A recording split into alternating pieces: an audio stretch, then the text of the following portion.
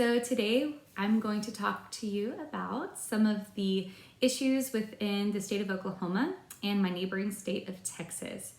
When I was researching for this discussion board, Oklahoma didn't really offer a good platform for complaints and cases filed against mental health professionals, nor did they discuss penalties.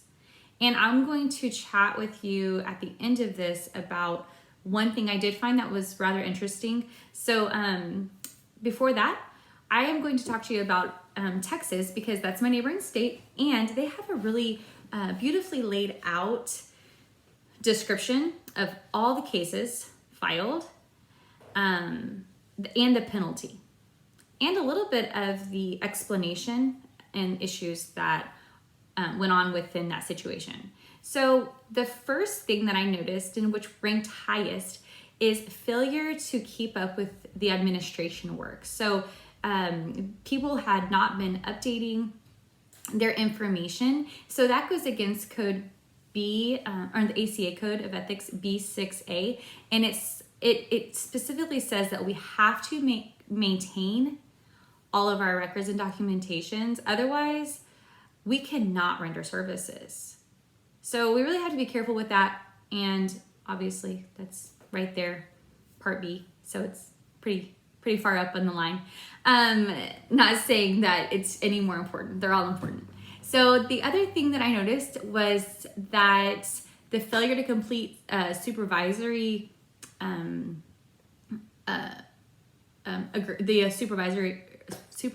agreement, and that was a $500 fine, just like the previous one. So that really implied that the supervisors were not completing their extra training, and some of them were even practicing as a supervisor without being qualified, which sounds a little sketchy, but I could see how not keeping up with all of your paperwork, like I spoke about in the beginning, and then this part kind of go hand in hand.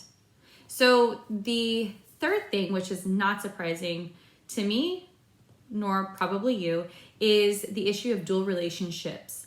So in the state of Texas, the penalty that I found for a dual relationship, a romantic relationship within the counseling setting, one person only got 1 year of suspension with a probated extension. That seems a little lenient, especially since that is a really big deal, and there is a lot of hurt that can happen through that relationship. So, but that's just my opinion. So, not sure if I'm supposed to give my opinion, but there it is. If not, sorry.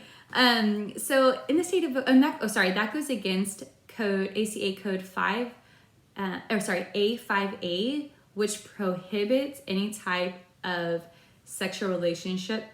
So in the state of Oklahoma, this is what I wanted to talk to you about.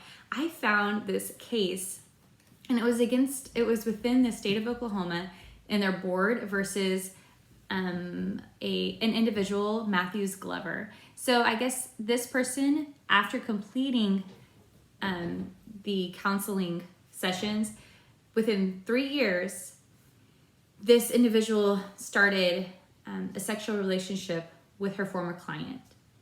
And it was before the 5-year mark. So of course that goes against code A5C, which prohibits any type of relationship, sexual or romantic, within a 5-year period after completion of services. So the state board actually took her license away, completely revoked, lifetime, and for a lifetime. And there was a lot of back and forth because a lot of people thought it was too harsh, and there's not a set disciplinary action for our state.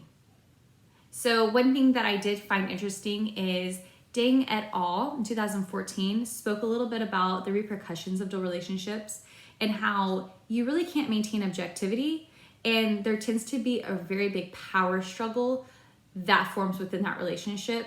So that's something to keep in mind. Thank you. Bye.